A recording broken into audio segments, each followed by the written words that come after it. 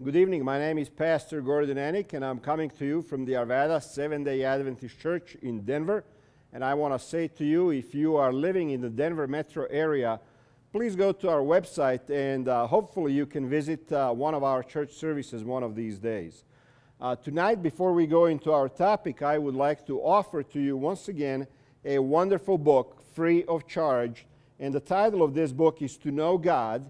It was written by Maurice Venden, which is one of my favorite preachers of all times. And this man can really talk about the grace of God. And tonight I want to get you a little bit closer to Jesus. So that's why I'm offering this book. When you call the number on the screen, we are going to ask you for your name and for your address so we can send you the book. Nobody's going to ask you for money. That's not what this ministry is all about. We are about making sure that each person gets to know Jesus on a personal, intimate level. That's what our purpose and our mission is here tonight and every night. I also want to say you can help us out. You can help us out by telling your friends about our YouTube channel. And you can see that on the screen right now. And if you go to that particular YouTube channel, you can see a lot more of my sermons and some of the other sermons that my associates and assistants have also preached. So please tell your friends about our YouTube channel and help us spread the word. So thank you for that. A year ago, I was sitting at their home, my cousin, and I was visiting with them. I have not seen them probably in 25 years, or maybe even more. We were having a good time. It was good to see somebody that I remembered from my childhood when I was a kid. And my cousin, by now, she was all grown up, a woman my age, married, wonderful kids, grandkids. And I remember as if it was yesterday, we were sitting in their living room after we had a wonderful meal that she had prepared for us. And we were just enjoying each other. And it was a good time. And I know that each one of you has experienced that in your life, when you get together with somebody that you love and you haven't seen in a long time, and it's just good to be there. And life has its good moments, and this was one of them. And we really made the most out of it and enjoyed ourselves. Well, a year went by, and 3-4 weeks ago, my cousin's husband died. 50-some years old. And he died from the most ridiculous thing. He died because he got stung by a bee. And he was allergic to it. Doctors didn't come on time. Emergency didn't come on time. Back in the old country, it's kind of tough if you get sick. And by the time they took him to a hospital, he was already in a coma. He was already dead. And they revived him. They put his heart back on the machines. And he started working and he started kicking. But his brain never came around. 2 weeks he was in a coma, and 2 weeks later he died. And I remembered when I got the news of him dying, I remembered that day when we were all together enjoying each other and having a good time. And now, as I was talking to my cousin, she was not so happy anymore. Her joy was gone. Her life was changed forever in one afternoon. That day when he got bit, he went over to his mother's house to mow her lawn and to help around the house. And it was just going to be a day like any other day. He was just going to go over to his mom's and help out a little bit, and then he was going to come back and he was going to have dinner and he was going to get on the phone and talk to his kids and grandkids, and life was just going to go on as normal. And now all of that was over. And her life, now without him, was a total change. She was depressed. She was distressed. She was disorganized. She didn't know where her life was going from that point on. She just found herself in a totally new position, where her life lost the meaning that it had only a few weeks prior to that. Tonight I want to tell you, Jesus has this ability to lift you up. Jesus has this ability to bring you out of the depths of depression and anxiety and to lift you up, to change your life. He also has this ability to redeem you, to make things right once again. And that's what I want to talk about tonight. By the way, there is something new that we are doing, and I just want to mention that to you before I go on. If you find yourself in a situation where you need to talk to a pastor, we are partnering with a number of pastors all over the United States.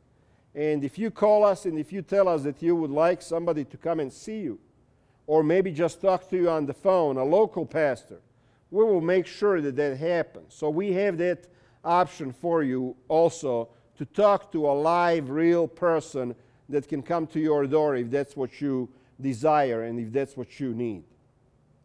So tonight, as you're listening to this sad story that I just related to you, maybe you are also feeling depressed. Maybe you are also feeling defeated. Maybe you're feeling down, distressed.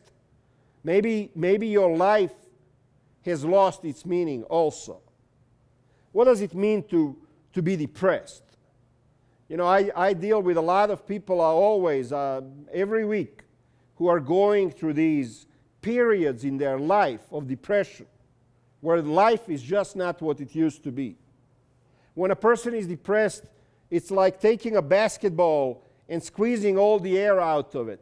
And if you try to bounce it on the floor, it's not going to bounce. It's just going to stick to that floor. That's what it means to be depressed. You lose your bounciness. You're not joyful anymore. You're not vibrant anymore. You become lifeless. You become so focused on everything that's going on bad in your life that you just are blind to anything that's positive in your life. You don't even see the positive outcomes anymore. A person who is depressed, they have lost their ability to see the light at the end of the tunnel. So maybe you're one of those people tonight as you're listening to this sermon. I want to tell you, Jesus has the ability to lift you up. Jesus has the ability to change your life. I am not talking about you going to some church service. I'm not talking about you studying somebody's books. I am talking about you getting to know Jesus on a personal, intimate level. Jesus has the ability to take your depression and turn it into the joy. Jesus has the ability to take that deflated life of yours and fill it up with happiness once again. He has that ability. But it is up to you to get to know Him. It is up to you to go to that Jesus and to ask for that rejuvenation, for that life to fill you once again. Maybe you are feeling defeated tonight. Maybe you're at the point where you just can't fight anymore. You gave up. And I have seen people who are tired. They are tired of fighting the lack of job. They are tired of fighting their boss. They are tired of fighting their spouse, their husband, or their wife. They are tired of constantly being in a hole financially. They are tired of fighting a disease or an illness. They just come to a point where they gave up. They're disappointed with their life, with how it is going. They feel defeated. To be defeated means that you're going through this emotion, the misery of losing. That's what defeat is all about. You are living a life, and that life is all about this misery of losing, not experiencing the victories and joys that you could be. So, which is it? Maybe you're depressed. Maybe you're distressed tonight. A distressed person doesn't know which way to go anymore. A distressed person can't think straight anymore. A person who is distressed, they have lost their way. Their compass doesn't work anymore. They are not able to figure out what to do next. So that's what we call distressed. So maybe you're distressed tonight. Maybe you don't know where to go next. Maybe you don't know which step you should take next. Maybe you're just lost. And if this is your life, I want to tell you once again, there is a way out. Jesus is the way out. Jesus has a solution to whatever your life situation is right now. Maybe you haven't suffered a loss like the one that I just described at the beginning of this talk. Maybe you haven't suffered the loss of a loved one. Maybe you're dealing with something that's totally different in your life. As a matter of fact, maybe your life is not so bad. But maybe it's not what you wanted it to be. Maybe something is missing in that life. Jesus is the answer. There is a story in the Bible that I would like to relate to you. It is found in Luke chapter 18. And this is a story of lepers. Luke chapter 17. I'm sorry, I said 18. Luke chapter 17, verse 11 says, "While he was on the way to Jerusalem, he was passing between Samaria and Galilee. As he entered the village, 10 leprous men who stood at a distance met him, and they raised their voices, saying, 'Jesus, Master, have mercy on us.'" In the life of Jesus, he was constantly confronted with requests to better somebody's life. In this particular case, he is confronted by 10 men, and they are all lepers. Leper, back then, is almost the same as somebody who has AIDS today. Well, you know, today, people who have AIDS, they are living a lot longer because of the medications, because of the health care, because of all of the advancements that were made in science. So they are living a lot longer. If you were a leper at the time of Jesus, you had no hope. You were down, you were depressed, you were distressed, you had no way out. There was nothing for you to do. You couldn't live a normal life. Your life was over. You couldn't have a family. You couldn't associate with other people who were not sick because they were afraid of you, that you were going to pass on your disease to them. So these people, they had to live outside of the cities. They had to live outside of the villages. They had no access to anything that the normal person had. Their life, for all practical purposes, was over. And these are the type of guys that meet Jesus. They come up to him and they are asking him to do something for them. These guys, they couldn't fight anymore. They couldn't see the light at the end of the tunnel. They were lost. They existed from day to day, and they waited for their body to literally fall apart and one day to die in agony. That's what these guys were all about. Now imagine if you find yourself in that type of a position where you absolutely don't have a way out. Let me tell you something. Most people, as a matter of fact, I would say all of us, we are in that same position. If you don't know Jesus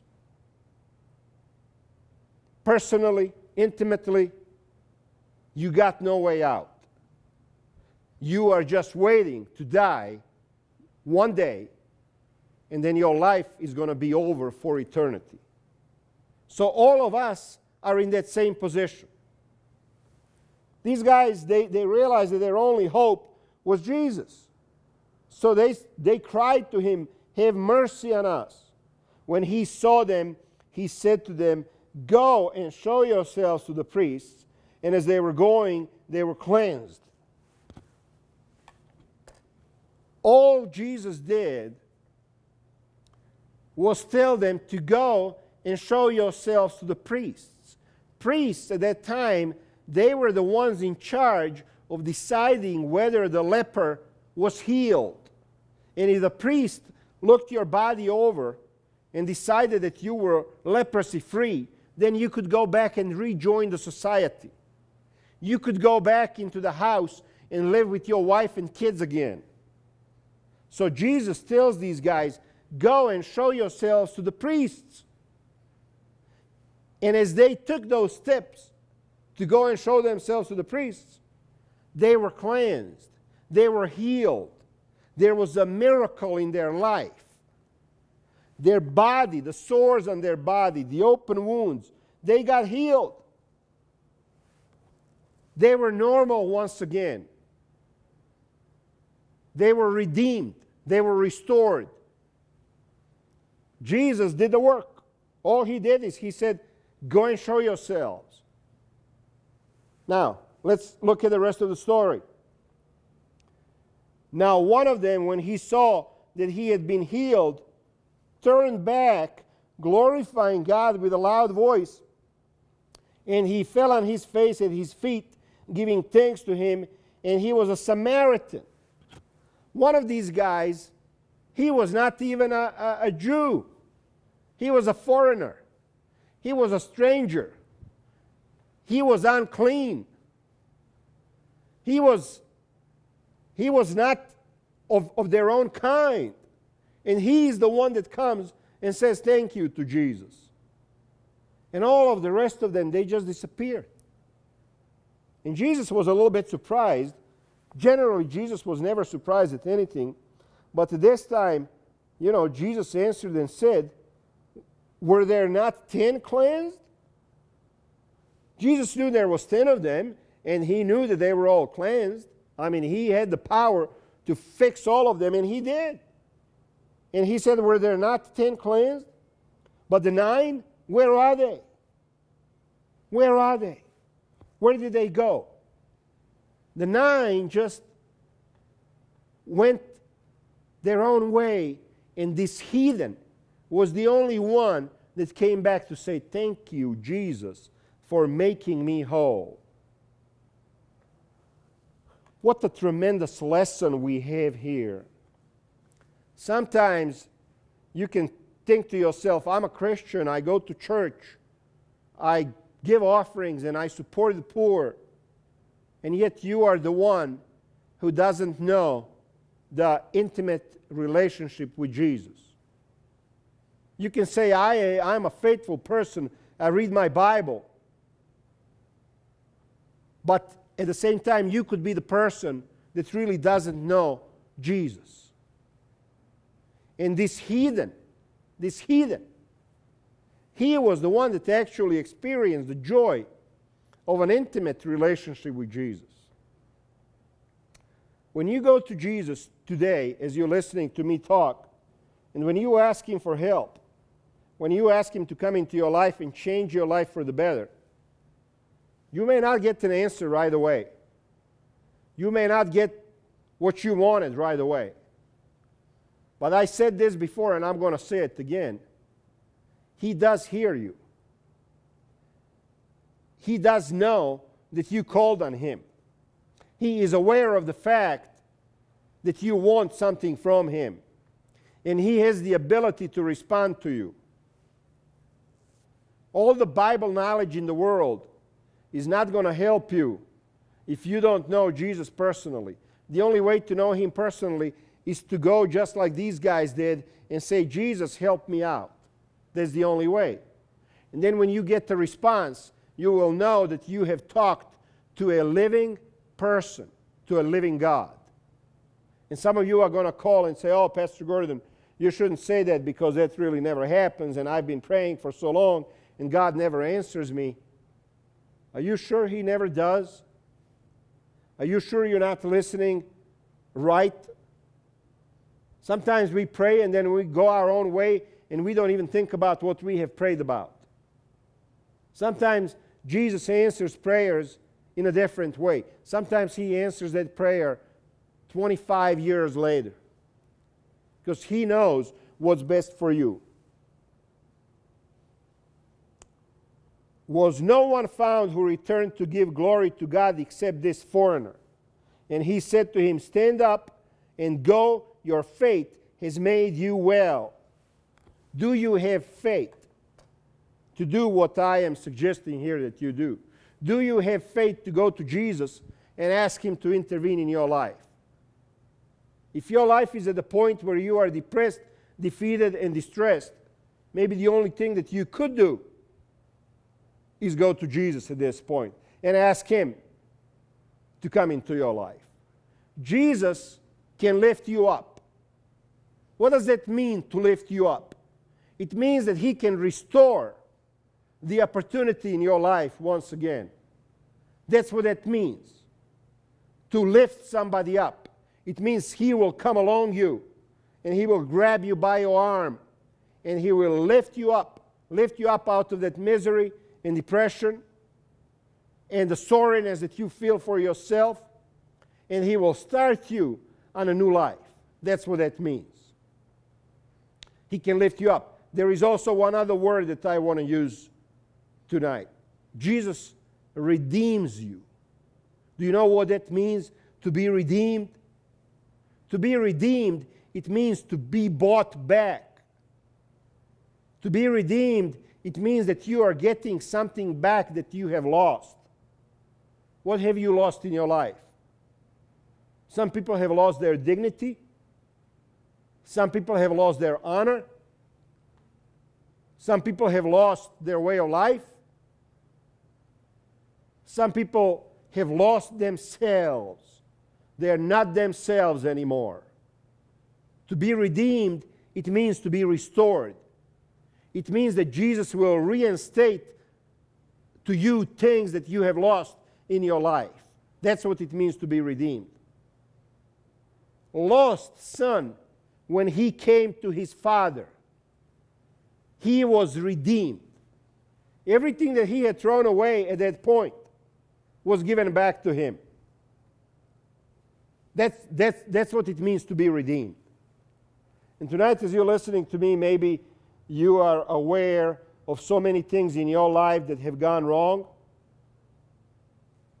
so many things that you have lost, so many things that you have missed out on, so many things that were not to be,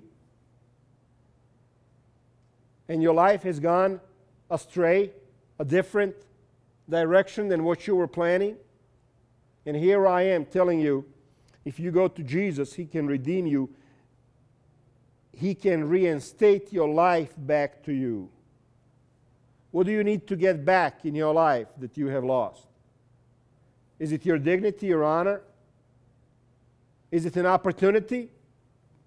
Another opportunity, another chance? With somebody that you have cared for? Another opportunity with your kids?